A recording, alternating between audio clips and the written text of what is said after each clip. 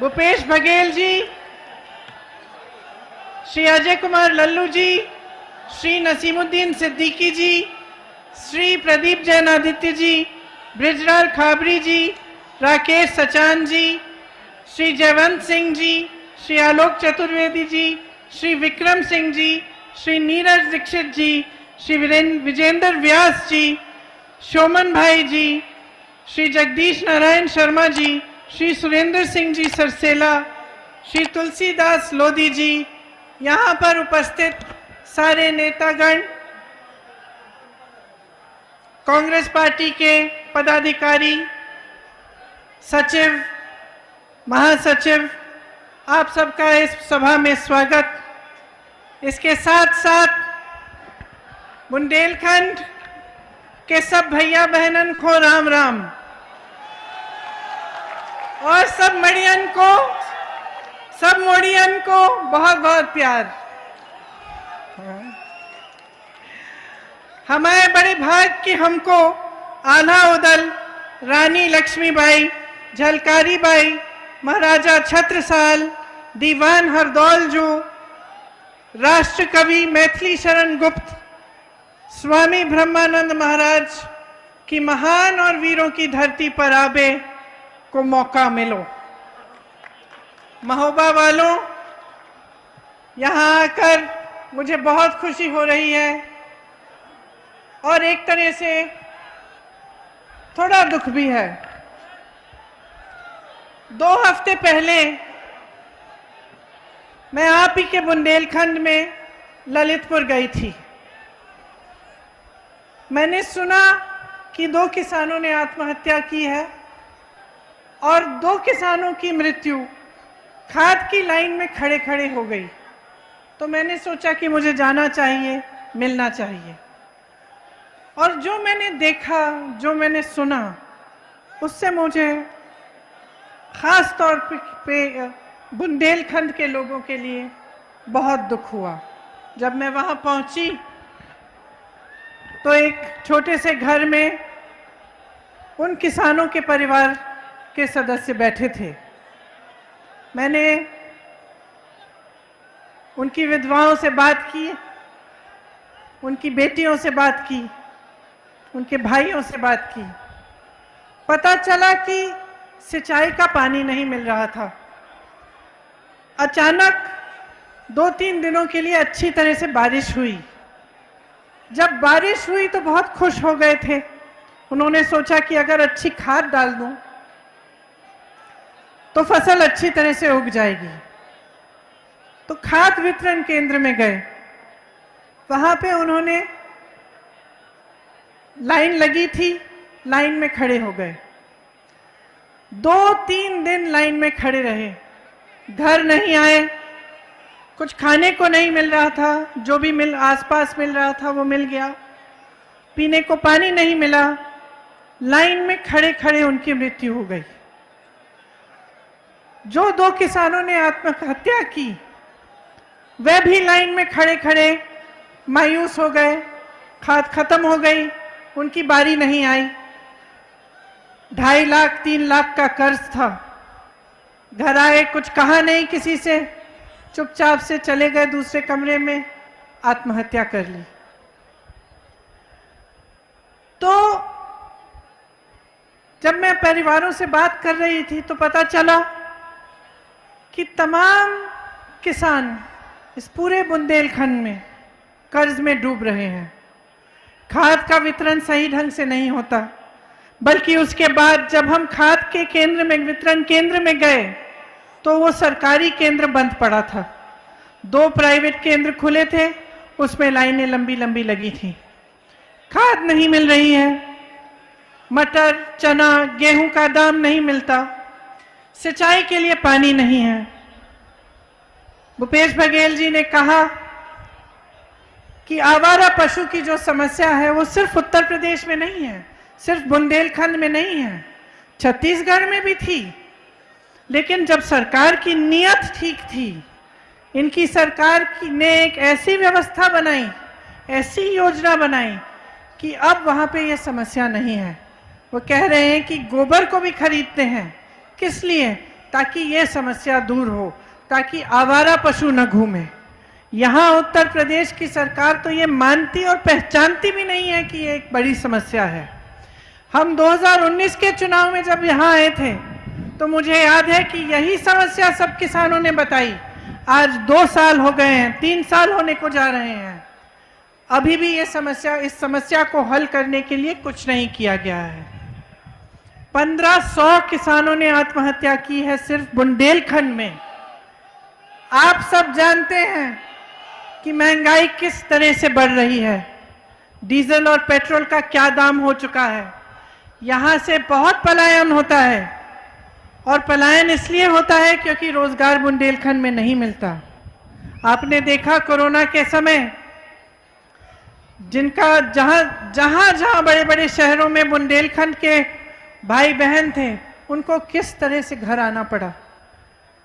पूरा परिवार पैदल चल रहा है, नंगे पांव चल रहा है, खाने को नहीं है, कोई मदद नहीं है सरकार से। जब कांग्रेस पार्टी ने कहा कि हम बसें देंगे तो सरकार ने बसें ली नहीं हमसे, और अब जब इनकी बड़ी बड़ी मीटिंग होती है तो बसों की लाइन लग जाती है कि बस भरो, लाइए मीटिंग में लिए कि दिखे कि कितनी भीड़ आई है हमारी मीटिंग में। लेकिन जब जरूरत थी आपको, जब आपके बेटे, आपके भाई बहन दिल्ली से, अन्य शहरों से पैदल यहाँ आ रहे थे क्योंकि लॉकडाउन अचानक किया गया बगैर उनके बारे में सोचे, तब ये सरकार कहाँ थी, तब इनकी बसें कहाँ थी। आपको मालूम है कि नहीं कि आज देश में किसान की आय 27 रुपए है प्रतिदिन, केवल 27 रुपए। जब मैं ललितपुर गई, उसी के 2-3 दिन बाद प्रधानमंत्री जी ने झांसी में एक बड़ी रैली की, शायद यहाँ महोबा भी आए, अपने जहाज में आए झांसी। आपको मालूम है कि वो जहाज कितने रुपए का है? 8,000 करोड़ का वो जहाज, वो एक जहाज प्रधानमंत्री जी का है। उस जहाज में वो यहाँ आते हैं भाषण देने के लिए, लेकिन आपकी आय नहीं बढ़ा पाते। उस जहाज में आते हैं लेकिन किसानों का कर्ज माफ नहीं कर सकते। आपको मालूम है कि प्रधानमंत्री जी के बड़े बड़े उद्योगपति मित्रों की आय कितनी है? प्रतिदिन 10,000 करोड़ रुपए कमाते हैं और आप 27 रुपए में कमा रहे हैं, और आपके लिए ये सरकार कुछ नहीं कर रही है। आपने देखा कि कांग्रेस की सरकार जब थी तब बुंदेलखंड में एक विकास का पैकेज आया था, उसके जरिए बहुत कार्य किए गए थे। हम ये सब परिस्थितियों को देखकर हमने ये तय किया है कि अगर हमारी सरकार आएगी तो किसानों का पूरा कर्जा माफ किया जाएगा।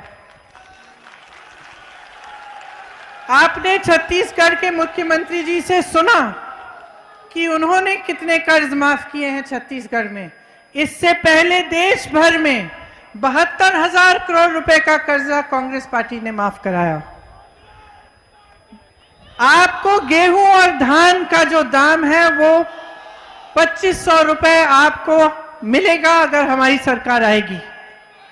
हमने ये भी तय किया है कि सबकी बिजली का बिल हाफ किया जाएगा। कोरोना काल में कई ऐसे लोग थे, खास तौर से जो छोटे दुकानदार और छोटे कारोबार चलाते हैं, जिनको बिल भरनी पड़ी लेकिन कारोबार बंद हो चुका था क्योंकि लॉकडाउन की वजह से, कोरोना की वजह से बहुत नुकसान हुआ। जिन ने वो कोरोना के समय वो बिल भरा, उनका बकाया माफ किया जाएगा, साफ किया जाएगा।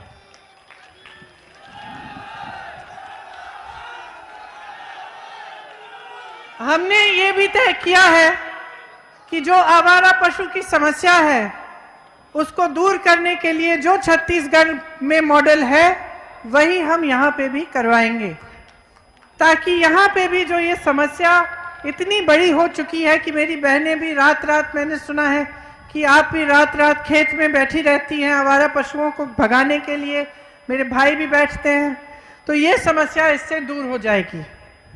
आप सब जानते ही हैं, मुझसे अच्छी तरह जानते हैं कि बेरोजगारी कितनी है प्रदेश में। जहां जहां मैं जाती हूं नौजवान दिखते हैं, बहुत पढ़े लिखे भी होते हैं। सब ने अपनी मेहनत की कमाई से सबसे पहले अपने बच्चों को पढ़ाया है। कुछ बच्चे बीए पास हैं, कुछ आईटीआई पास हैं, कुछ ने कोर्स किए हुए हैं, लेकिन रोजगार नहीं मिल रहा है। लॉकडाउन की वजह से काफी दिक्कत हुई, काफी धंधे भी बंद हुए, कारोबार बंद हुए। इस बीच हमारे प्रधानमंत्री जी योगी आदित्यनाथ जी कहते हैं कि देश के लिए तपस्या कर रहे हैं। मैं बताना चाहती हूं, आप कोई तपस्या नहीं कर रहे हैं, अपने बड़े बड़े जहाजों में घूम रहे हैं। तपस्या इस देश का श्रमिक कर रहा है, इस देश का नौजवान कर रहा है।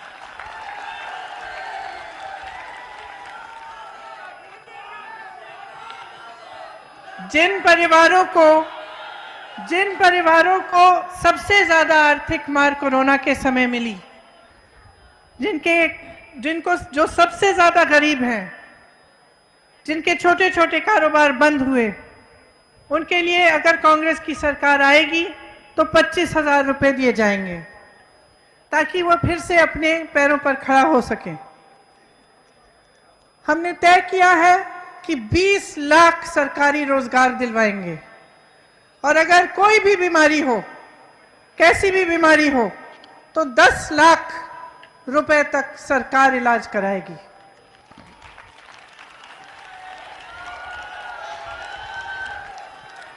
एक बुंदेली कहावत है, लबरा बड़ा कि बोदा बड़ा। तो आप जानते हैं कि कौन बड़ा। योगी जी, मोदी जी, भाजपा के सब नेता यहां आकर मंच पर खड़े होकर आपके सामने झूठा प्रचार करते हैं, बड़े बड़े वचन देके जाते हैं। आपने अब खुद परख लिया है कि उन वचनों को किस तरह से वो निभाते हैं। आपने तो देखा है कि झूठे विज्ञापन भी देते हैं। अब कल ही आपने देखा होगा, मोदी जी गए, उद्घाटन किया उन्होंने, जेवर में एक बहुत बड़ा एयरपोर्ट बनेगा, हवाई अड्डा बनेगा। तो सब अपनी सोशल मीडिया पे जितने भी इनके नेता हैं सब फोटो लगाने लग गए। सबने देखा कि बहुत बढ़िया है जेवर का एयरपोर्ट। पता चला चीन की फोटो है, और नोएडा में शिलान्यास करने गए थे। चाइना के एयरपोर्ट की फोटो लगाते हैं, अमेरिका की फैक्ट्रियों की फोटो लगाते हैं अपने विज्ञापनों में, आंध्र प्रदेश के बांध की फोटो लगाते हैं। तो इनको तो कोई परवाह ही नहीं है कि सच्चाई बोलनी चाहिए जब जनता के सामने आते हैं।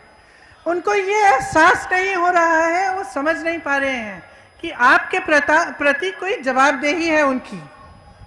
वे समझ रहे हैं कि उनका काम सिर्फ चुनाव में झूठे वचन देना, यहाँ आना, मंच पर तमाम आपके सामने वचन दें, उसके बाद आपको भूल जाएं, चुनाव जीत जाएं। उसके लिए कुछ भी प्रयोग हो तो ठीक है, धर्म का प्रयोग करेंगे, जाति का प्रयोग करेंगे, अलग अलग प्रयोग करेंगे। अब देखिए, कोई नहीं कहता कि जाति का अधिकार आपको नहीं मिलना चाहिए, आपको पूरी तरह से मिलना चाहिए। राजनीति में धर्म का, जाति का प्रतिनिधित्व पूरी तरह से होना चाहिए, लेकिन चुनाव के समय आपके विकास के मुद्दे की बात होनी चाहिए। चुनाव के समय जो भी नेता आपके सामने आए वो आपको बताए आपके लिए क्या करने जा रहा है, और चुनाव के बाद जो 5 साल है उसमें करके दिखाए, नहीं तो अगले चुनाव में आप उनको हराइए। ये बात जब तक आप नहीं समझेंगे, जब तक आप अलग अलग तरह की राजनीति के जाल में आप फंसे रहेंगे, तो आपका विकास नहीं होगा। तो जो भी आपके सामने आएगा वो समझेगा हम कुछ भी कह सकते हैं, चुनाव जीत के जाएंगे, उसके बाद हम भूल जाएंगे, तो किसी को परवाह नहीं है, कोई हमसे जवाब नहीं मांगेगा। मैं आपसे ये कहने आई हूं, यहां आपकी अपनी शक्ति एक बहुत बड़ी शक्ति है, इसे पहचानिए, जवाब मांगिए और मुद्दों पर मांगिए। अगर सिंचाई का पानी नहीं है तो क्यों नहीं है? अगर बड़े बड़े हवाई जहाजों को खरीदने का पैसा है, हजारों करोड़ हैं, तो आपके बकाए माफ क्यों नहीं हो रहे हैं? अगर उद्योगपति, बड़े बड़े उद्योगपति मित्र जो हैं भाजपा के, अगर हजारों करोड़ कमा रहे हैं हर रोज, तो आप 27 रुपए क्यों कमा रहे हैं? आप कब पूछेंगे ये सवाल? कब तक आप ये नौटंकी देखते रहेंगे अपने सामने कि आपके सामने झूठ बोला जा रहा है, खोखले वचन दिए जा रहे हैं आपको, और आप चुप बैठेंगे? मैं जानना चाहती हूं आपसे, क्या आप आवाज उठाने के लिए तैयार हैं कि नहीं? अपना हक मांगने के लिए तैयार है कि नहीं? जोर से बोलिए। ये आपके हक हैं। यहां का पान प्रसिद्ध है, इसको बढ़ाने के लिए, इसका व्यापार बढ़ाने के लिए क्या किया गया है? जैतपुर की खादी के लिए क्या किया गया है? बरुआ सागर की अदरक के लिए क्या किया गया है? मऊरानीपुर की टेरिकॉट के लिए क्या किया गया है? जालौन के मटर के लिए क्या किया गया है? बुंदेलखंड की मूंगफली के लिए क्या किया गया है? कोई योजना बनाई है कि आप जब उसका व्यापार आगे बढ़े? कोई उद्योग बनाए हैं इन्होंने नए? गौरा पत्थर यहां का सोना है, और यहां क्या हो रहा है? बड़े बड़े पूंजीपति लूट रहे हैं इसको। इनकी जो नई खनन की नीति है भाजपा की, इससे रॉयल्टी बहुत महंगी हो चुकी है। मैं जब यहां आ रही थी तो हेलीकॉप्टर से आई तो देख रही थी नीचे क्रशर लगे हुए हैं। मुझे बताया गया कि यहां पे कम से कम 450 क्रशर होते थे, आज 50 से 60 बचे हैं। बालू का ट्रक 9,000 रुपए में मिल रहा में है, सॉरी, हाँ, 9,000 रुपए का था बालू का जो ट्रक, आज 50,000 रुपए का हो चुका है। कारोबार पूरी तरह से बर्बाद हो गया है।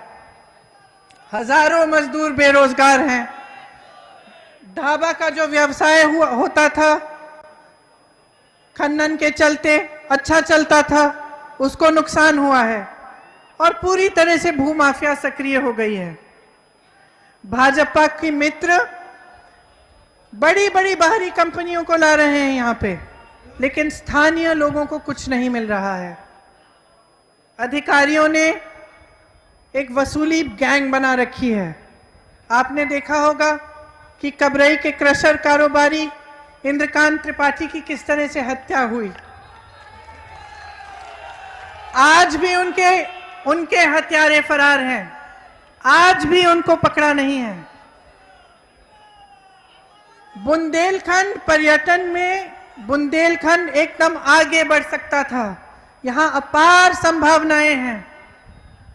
भाजपा के विधायक पर्यटन के नाम पर जमीन कब्जे कर रहे हैं, अवैध धंधा कर रहे हैं, गौशालाओं के नाम पर धंधा कर रहे हैं। गौशालाओं की बुरी हालत है। यहां के संसाधनों पर किसका हक है? सबसे पहला हक आपका है, किसी और का हक नहीं है। अगर आपको बदलाव लाना है तो सबसे पहले राजनीति में बदलाव लाना पड़ेगा। सबसे पहले आपको ऐसे नेता चुनने पड़ेंगे जो सिर्फ वचन और बड़े बड़े भाषण नहीं, लेकिन काम करके दिखाएंगे आपके लिए।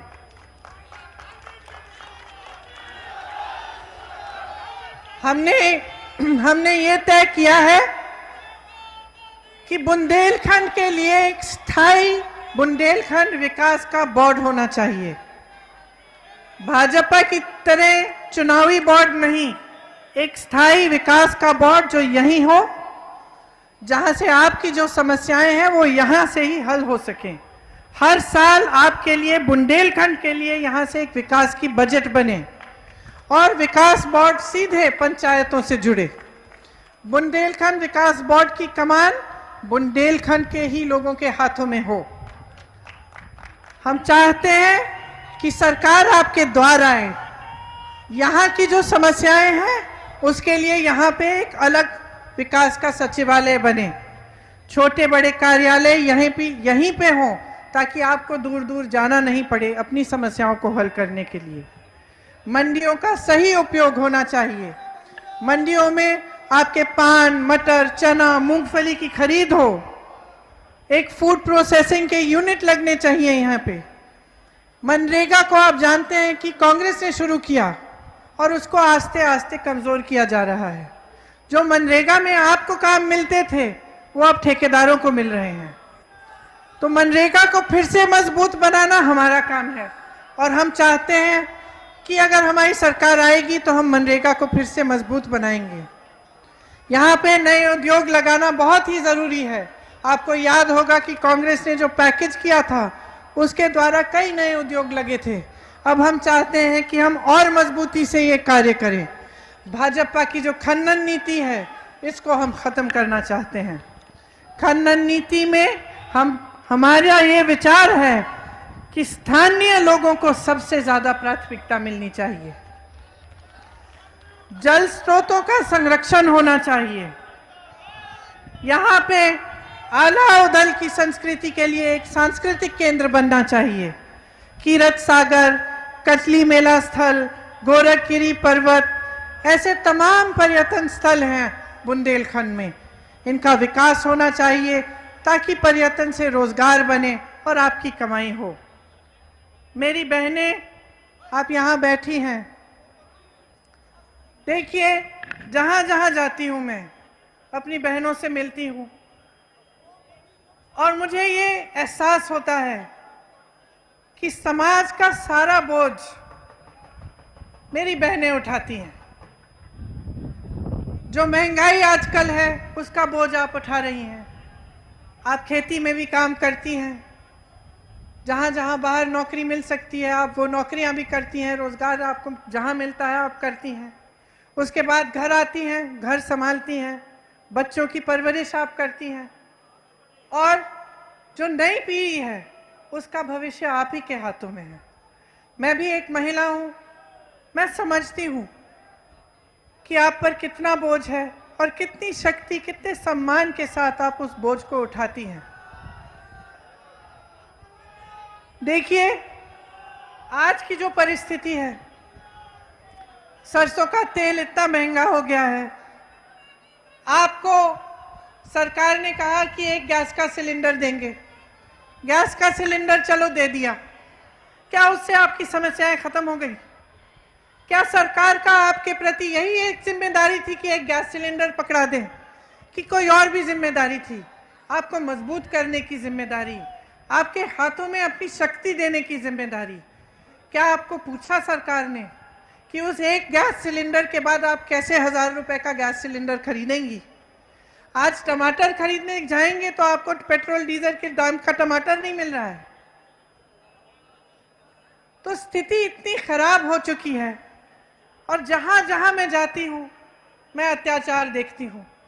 कल इलाहाबाद में गई, एक परिवार से मिली, पूरे परिवार को मार डाला, गला काट दिया, पिता का गला काट दिया, 10 साल के बच्चे का गला काट दिया और माँ और 17 साल की बेटी का बलात्कार करके मारा, उनको मार डाला। और महिलाएं रो रही थी, वह कह रही थी एक ही पुरुष है अब हमारे परिवार में, ये बाहर काम करते हैं, हम अकेली अपनी सुरक्षा कैसे करेंगे? हमें कौन देखेगा? हमारे साथ इतना बड़ा हादसा हुआ है और सरकार हथियारों का के पक्ष में है, उनकी मदद कर रही है। वे भाजपा के नेता को जानते हैं, उनमें से एक भाजपा का एक छोटा मोटा नेता भी है। सरकार उनका संरक्षण कर रही है और हमारे लिए कोई नहीं है। और मुझे ऐसा लगा कि जहां जहां कुछ हो रहा है वहां ललितपुर में भी जिन किसानों ने आत्महत्या की, जो लाइन में जो गुजर गए, उन्होंने छोड़ा क्या? मेरी बहनों को अकेले छोड़ा और मेरी बहनें ही, महिलाएं ही अब समस्याओं का हल ढूंढने की कोशिश कर रही हैं। तो जिस तरह से महिलाओं के साथ अत्याचार हो रहा है प्रदेश में, जिस तरह से मेरी बहनों के साथ शोषण हो रहा है, उसका एक ही मुकाबला है कि महिलाएं अपनी शक्ति अपने हाथों में लें, अपने पैरों पर खड़े हों, अपनी लड़ाई अपने आप लड़ें। इसीलिए जहां जहां जाती हूं मैं कहती हूं कि हमारा नया नारा ये है, लड़की हूं, लड़ सकती हूं।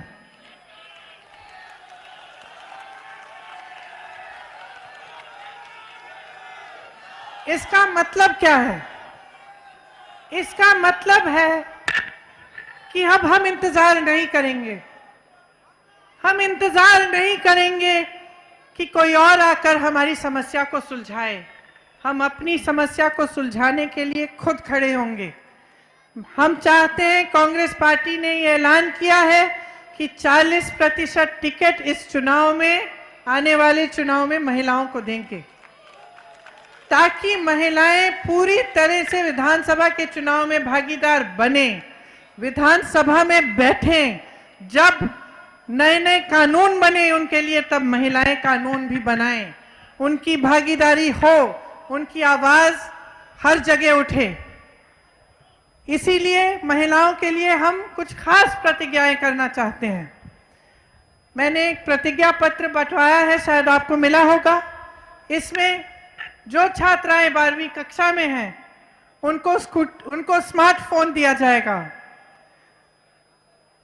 उनसे जो बड़ी हैं उनको स्कूटी मिलेगी। बस की यात्राएं प्रदेश भर में महिलाओं के लिए मुफ्त होंगी। एक गैस सिलेंडर नहीं, आपको 3 गैस सिलेंडर मुफ्त मिलेंगे।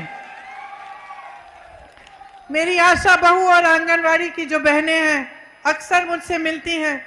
कुछ दिनों पहले लखनऊ में एक बहन आई, उसने अपना हक मांगा तो पुलिस ने उसको पीटा बहुत बुरी तरह। वह मुझे कहती हैं कि बहुत समय से उनका मानदेय बढ़ाया नहीं गया है।